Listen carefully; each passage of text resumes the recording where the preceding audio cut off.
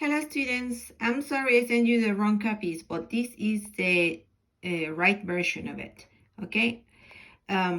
Well, we are going to talk about the C clauses. We've studied them before, but we did it little by little. We did it first when we were studying the indicatives, and then you saw the C clauses again when we were studying the subjunctives. And it seemed to me that you were a little confused on that, so here's the all together versions. Okay, C clauses. Okay, C clauses indicate possibilities in the real world, which may or may not become reality, but there are possibilities. It's possible. They refer to the present, past, and future. They belong to the conditional sentences. The conditional sentence has two parts. So remember that the C clauses are part of a compound sentence. It has two parts divided by a comma. Sometimes some people don't put the comma, but they should. But I will. So you notice which is the first part and the second part. Okay? Part number one, the condition part, or as you may call the C if part clause. And the second, the main part or result clause, which indicates what will happen if the condition of the C clause is met. The tense of the result clause depends on the tense of the C clause, so they are related, they are coordinated. In other words, the tense of the two clauses follow a prescribed sequence, and this is the sequence. Look, we're going to use, this is the letter A, C plus present indicative. Why present indicative? Because indicate possibilities, right? It may be possible if we get the condition, right? So, si plus present indicative, si como, si corro, si estudio. Result clause, present indicative tense, or future, also indicative tense, or command or imperative mood. So indicative and indicative in both of them. The first type of C clause is used in cases where the condition may be fulfilled and thus the consequence is seen as possible. So when the consequence can be possible and may happen, it calls for indicative. C clauses in the present indicative can be followed by the result clauses. In present indicative, this should be in blue, or in the future, or in imperative forms. And here I'm giving you some examples. Si veo que ellos me contestan en inglés, sigo hablando con ellos en inglés. If I see that they answer me in English, I keep talking to them in English. This combination is si present indicative with present indicative in the result. Si veo, sigo. Si tengo dinero, compro el carro. So it's possible that I will have the money. So, present indicative. Si tengo el dinero, compro el carro. Present, present. Now let's see an example of present future. Si tengo el dinero, compraré el carro. It's just a little farther in the future, right? Laura. Laura, it's a different subject. It's not yo, it's ella. Laura, si consigues la visa, viaja a Canadá. Viaja, it's a command or imperative. But in this case, remember that command or imperatives can be seen as an advice. Viaja a Canadá para visitarme y compra regalos. So it's like an advice, right? And it could become a real command too if you're talking to children or giving instructions. Note that either the C clause or the result clause may begin a sentence, but the same tenses remain specific to each clause. See, so these are the only tenses that you can use with the present indicative. You can use present, future, or command mood of indicative. Okay? So that's the structure for one. And that's in indicative because it's possible. When the possibilities are very low or zero, we will use the subjunctive form because the subjunctive indicates impossibility, right? This is the second type of C clause. And it's contrary to the fact. Why? Because in real time it's not happening, but we are dreaming or wishing, right? For instance, in this box, let's see first the structure. See plus past or imperfect subjunctive is called past subjunctive, and it's also called imperfect subjunctive. So don't worry about the title, but do recognize it like costara, comiera, fuera, tuviera, quisiera, llamara, blah, blah, blah. Okay, that tense is the past subjunctive, and it's attached to the see part. They go hand in hand in the see clause. The result clause will be inconditional, would, and then the ending ría. Compraría, tendría, viviría, limpiaría, viajaría, pagaría. Okay, so the consequence here is impossible. It's seen as impossible to happen. Well, we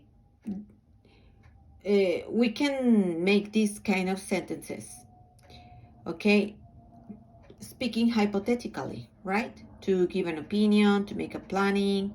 We use this a lot, although they seem impossible. Note, in Spanish, imperfect, or also called past subjunctive, is used in the see clause, okay? They go hand in hand. Don't switch them. Don't change them. It goes never in the second conditional clause. The conditional clause is the would and haría ending. Look at examples. Si tuviera tiempo, haría ejercicio. The fact is that I don't have time. That's the real thing. So it's contrary to the fact in the present. I don't have time. But if, si tuviera tiempo, haría ejercicio. So I'm declaring intentions, good intentions or bad intentions or planning or giving an opinion. That's when we use this kind of sentences. Si fuera rica, we are dreaming here. If I were rich, si fuera rica, compraría una casa grande, but I am not. So it's contrary to the fact. Si Dedra fuera española, viviría en Madrid, but she's not española. Si Nathan tuviera 11 gatos, habría muchos pelos en su casa, but he doesn't have 11 gatos. So it's contrary to the fact, see? Si pudiera volar, that's really, really impossible. If I could fly with wings, I would go to Australia. Si pudiera volar, iría a Australia. So you take the time to analyze these sentences and to learn these combinations, okay, in the box. So see plus past subjunctive and the result plus conditional. You can, with the time when you get expert, when you become an expert on these sentences, you can start with the conditional and finish with the C part. Like maybe you could say, haría ejercicio si tuviera tiempo. But for now, you start with the C always, okay? Until you feel strong enough to switch them with no problem. I am telling you this because in some readings, you will find them in the opposite order. Sometimes they start with the result clause and they leave the C clause at the end. But it doesn't matter. It's the same structure. As long as you keep the C with the past subjunctive and the conditional in the second part, okay? Or in the first part, depending how you organize your sentence. Then you always write a period at the end so we know you are done with your sentence, okay? And with your structure. So answer in this paper. Si te quedaras, you will remain without gas in the highway. Si te quedaras sin gasolina en la carretera, where would you spend the night? ¿Dónde pasarías la noche? The only possibilities will be casa abandonada, abandoned house, panteón, cemetery, cárcel abandonada, abandoned jail, or abandoned hospital, hospital abandonado. So you use this space to write your sentence or your answer, okay? So remember, this is C plus past imperfect subjunctive. There is another subjunctive form that we can use with C, and this is the C added or plus perfect subjunctive. That is the hubiera. That was the last one that we saw. And it seems that you got it really nice. I got a mistake on this box when I was checking before making the video. The result clause was not correct, so I correct it, and this is the box that you need to learn. So the C part goes hand in hand with plus perfect subjunctive, and the result clause goes with past conditional. So hubiera goes hand in hand with C, and habría would have in the result clause plus a second verb in past participle. C clause is used for situations that are contrary to the fact. Exactly. Every time that is contrary to the fact, it goes in subjunctive because it's impossible. The reality is a different one. The result clause thus expresses an unrealized past possibility. Past possibility, and it is in the past conditional tense. So it's past and past, okay? So look, si hubiera estudiado, so el hubiera is the have, is to have, but in conjugated in plus perfect subjunctive indicating impossibility. It didn't happen. It didn't happen. So when you mention hubiera, it didn't happen. But you're speculating about the past of other options. Si hubiera estudiado más, habría sacado A. If I had studied more, I would have got an A. We're just talking about a past that is impossible to change, but could have had a different ending. Si Pepita hubiera bajado del avión, no habría muerto en el accidente.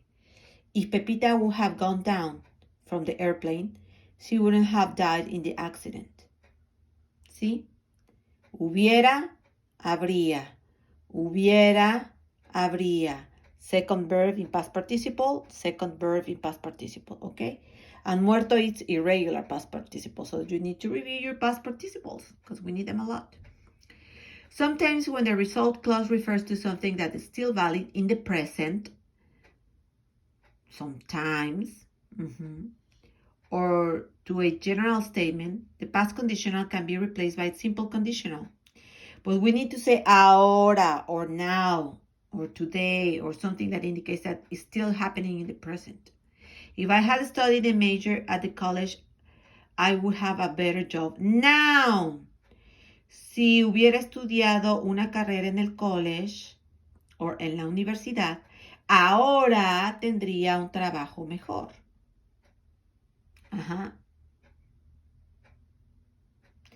But you need to say the ahora. However, in spoken Spanish usually is slang. The past conditional or the simple conditional are often replaced by the plus perfect subjunctive. So maybe you will find some sentences with hubiera in one part and hubiera in the second part, but that's not correct. But some people use them. And maybe with the time it will be the correct one, but not yet. The resulting structure would be, in such cases, a sentence containing 2 plus perfect subjunctive verbs. That is not correct, but people use it. So you may see it here and there, or may hear it here and there.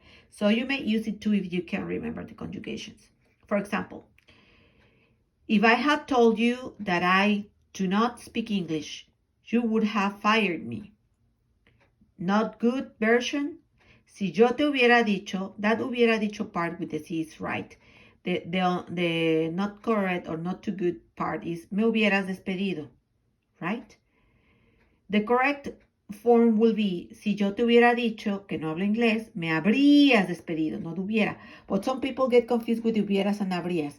So you may find it there, here and there.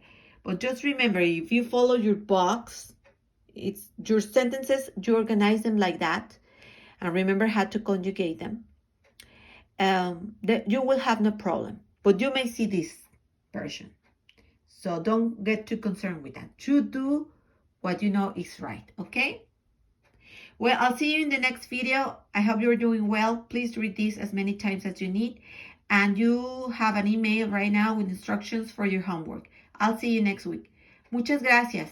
Bye. Nos vemos. Adiós. Estudien.